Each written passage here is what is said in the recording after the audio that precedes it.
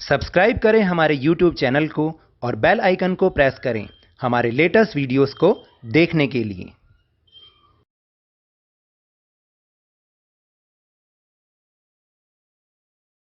Hello and welcome to Lavneesh Sir की class. This is Directorate of Education GNCT of Delhi's worksheet number GS3 and it is for class 6 to 8 students. It has taken from the subject generic, it means general knowledge, and we will learn and understand about yoga in this worksheet. Yoga आप तो जानते हैं ना कि योगा के कितने फायदे हैं। हिंदी में हम उसे योग कहते हैं। क्या कहते हैं? योग कहते हैं। और योग से हमारे हर रोग दूर होते हैं। तभी तो कहा जाता है करें योग भगाएं दूर रोग। ठीक है, तो जैसा कि आपको पता है कि अभी पिछले महीने ही 21 जून को हमने अंतर्राष्ट्रीय योग दिवस भी मनाया, जिसकी शुरुआत भारत ने ही की थी।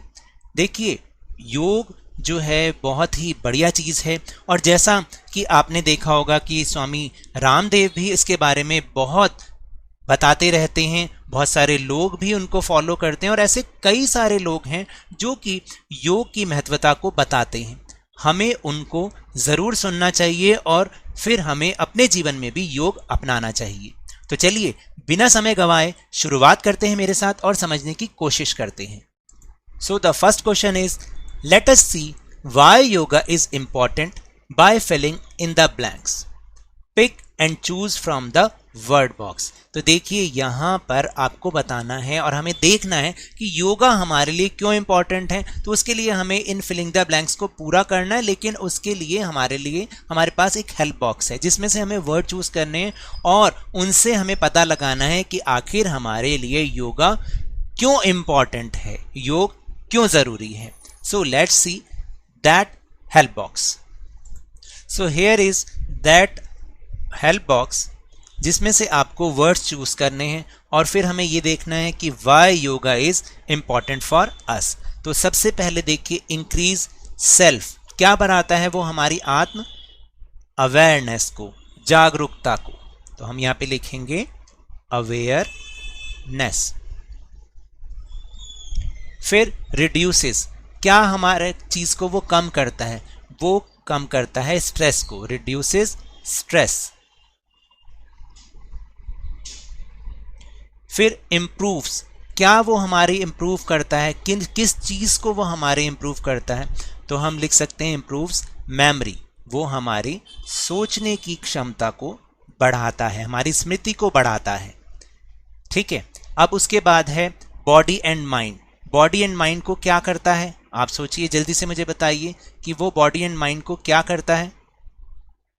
वो करता है, तो उसके लिए आएगा बैलेंसेस। वो हमारे बॉडी और माइंड को बैलेंस करता है, बैलेंसेस। फिर इंक्रीजेस, और क्या बढ़ाता है? वो इंक्रीजेस फ्लेक्सिबिलिटी, हमारे शरीर में फ्लेक्सिबिलिटी को योग जो है वो इम्प्रूव करता है, बढ़ाता है, इंक्रीज करता है। तो आपने यहाँ पर लिखना है फ्लेक्सिबिलिटी। ओके, फिर इम्यूनिटी को क्या करता है? वो हमारी रोग प्रतिरोध क्षमता को क्या करता है? बढ़ाता है, इम्प्रूव करता है। यहाँ आएगा इम्प्रूव्स इम्यूनिटी। एंड टोन्स क्या करता है? हमारी किस चीज को टोन करता है? मसल्स को, यानी हमारे शरीर की मसल को वो टोन कर देता है और आपने देखा होगा हमारी बॉडी बिल्कुल फिट रहती है। तो इस तरीके से हमें ये फायदे होते हैं योगा से। क्या क्या? इंक्रीज सेल्फ अवेयरनेस, यानी वो हमारी खुद की जागरूकता को बढ़ाता है हमारे अपने बारे में। रिड्यूस स्ट्रेस, हमारे स्ट्रेस को कम करता है। इम्प्रूव्स मेमोरी को, हमारे याददाश्त को बढ़ाता है। Balances body and mind, body और माइंड को बैलेंस करता है। इंक्रीज फ्लेक्सिबिलिटी, हमारे शरीर की फ्लेक्सिबिलिटी को बढ़ाता है। इम्प्रूव्स इम्यूनिटी, हमारी रोग प्रतिरोधक क्षमता को बढ़ाता है। एंड टोन्स द मसल, वो हमारी मसल्स को टोन करता है, यानी शेप देता है। तो इस तरह से हमें करना है। Now will move on question number 2।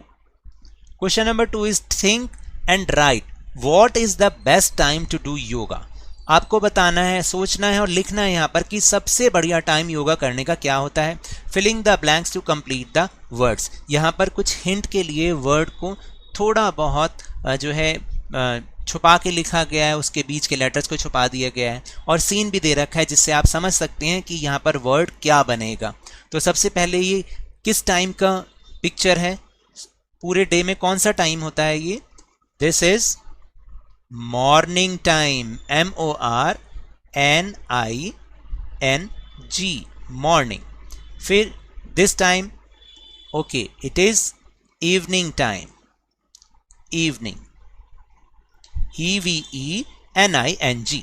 और ये क्या है, देखिए ध्यान से देखिए, यहाँ पर एक हमारे पेट का एक चित्र बना रखा है और ये क्या है, बिल्कुल खाली है, तो ये बनेगा empty, empty stomach, STOMACH, empty stomach यानी खाली पेट। तो 3 टाइम जो है वो बेस्ट टाइम है, मॉर्निंग टाइम, इवनिंग टाइम और एम्प्टी स्टमक। हम हमेशा खाली पेट होने चाहिए योगा करते समय। Now will move on question number 3। Question number 3 is let us fill in the blanks using the word box and learn the poses as instructed। देखिए यहाँ पर आपको 2 आसन सिखाए गए हैं, 2 पोज सिखाए गए हैं योगा के पोज, जो कि बहुत इजी हैं और आप अपने घर में इसे रोज कर सकते हैं। और उसके स्टेप्स क्या क्या हैं उनको भी हमें पूरा करना है। नीचे यहाँ पर हेल्प बॉक्स है जिसके हेल्प से हमें इनको पूरा करना है। सबसे पहले इसमें आपने देखा होगा कि ये लड़की कैसे खड़ी हुई है, स्टैंड स्ट्रेट, बिल्कुल सीधे खड़े हो जाएं। तो यहाँ पर आ जाएगा स्टैंड स्ट्रेट, STRAGHT, स्ट्रेट, पहले सीधे खड़े हो जाएं।